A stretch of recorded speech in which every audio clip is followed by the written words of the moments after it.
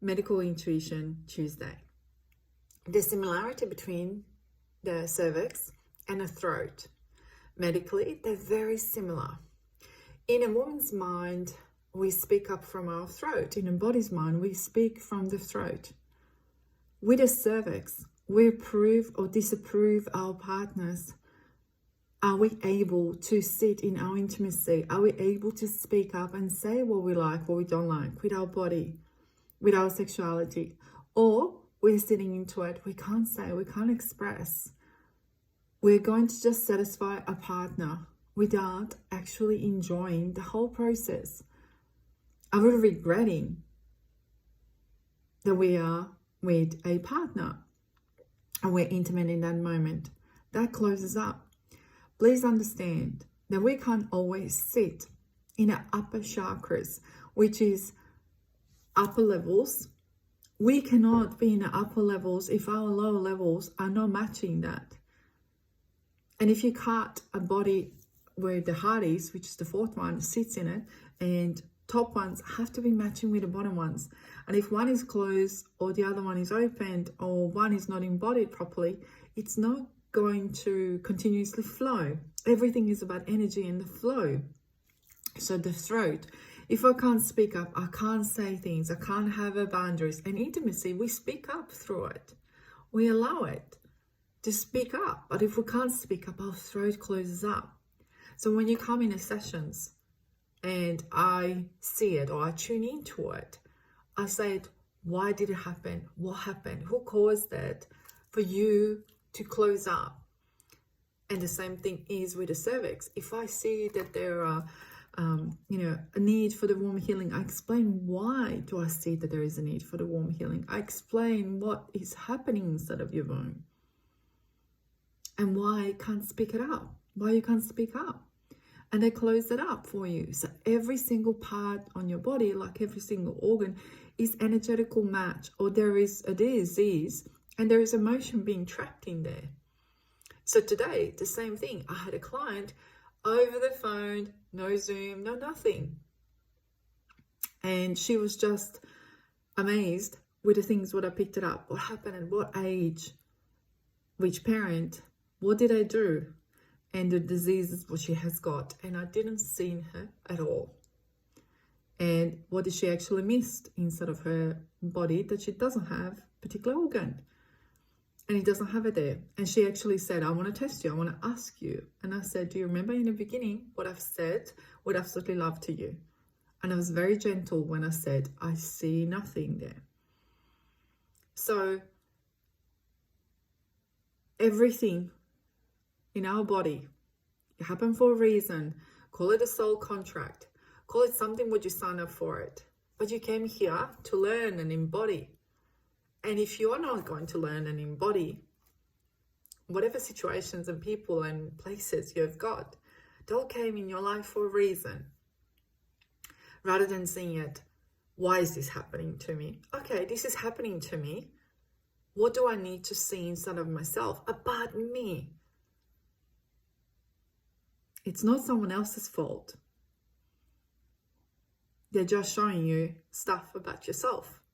And if you're in a relationship, have a look what unhealed wound are they mirroring to you, or are you projecting something?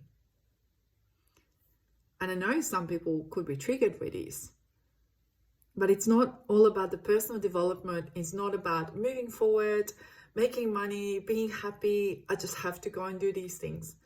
You need to do the inner healing of yourself first.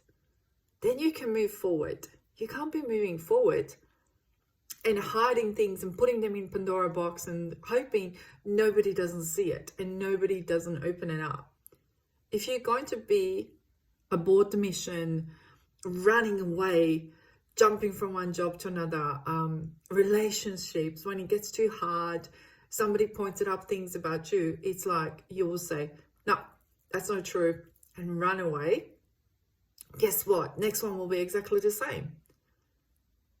And you're going to tell everyone, oh, it's all their fault. Oh, it's their fault. Oh, it's their fault. I can't find the right partner. Can you not find the right partner? Can you not look at that stuff inside of yourself? And yes, it can be uncomfortable and will be uncomfortable. But until you don't look at it, it's not going to go away. They're going to keep standing there and go like, we're here, we're here. So heal within, not superficially, heal within. When you heal within, the light will going to start coming inside of you. The heaviness will come off and you'll feel so much more lighter. But if things are happening to you, they're happening to you, maybe you're learning something, maybe that people coming there to show you something, otherwise you would not be able to see it on your own accord. But then the second part is embody it, grow from it. And next level. But that levels cannot happen if the bottom part, if your foundations are not being cleared up, embodied, involved, and healed, you cannot build the first level. The first level is not going to happen. And I say this and I'm standing here because it's like not going to happen. You cannot jump the levels. You need to embody them. Once when you do, it will get easier.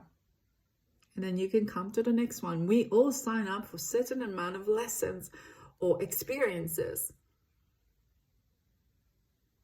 The choice is yours. What are you going to do with them? Or you're going to just disregard them, blame all the world, blame everyone else. And then the day when you're coming to the end and it's your day when you're crossing over, you'll be saying, oh my goodness, I wish I did this. I see people who crossed over and they all say this, I wish I've done more. I wish I did this. I want for you that when that day happens, you're sitting content and going, I left a legacy. I left a legacy. It doesn't have to be that you're a healer or the teacher or anything like that. It doesn't have to be a title. I don't like titles. A legacy of you that your children know, that you embody all the parts of yourself. Legacy, what you're living. I know what I'm living for my children. And why they're so soulful.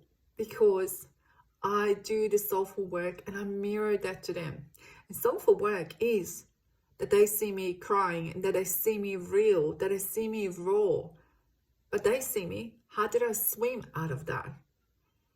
So they know how to work with the life curveballs, because life will going to give you them. But if you're going to be just aboard the mission, and you're going to get more of that until life doesn't hit you hard. And how is it going to hit you hard? Will be a disease or heart attack or something major thing that is going to happen. And then you'll be going like, okay.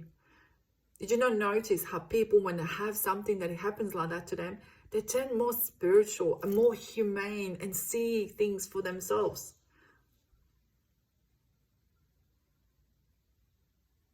Don't wait for that moment to happen to you. Please don't wait for that. Do it beforehand. Love and light to you all.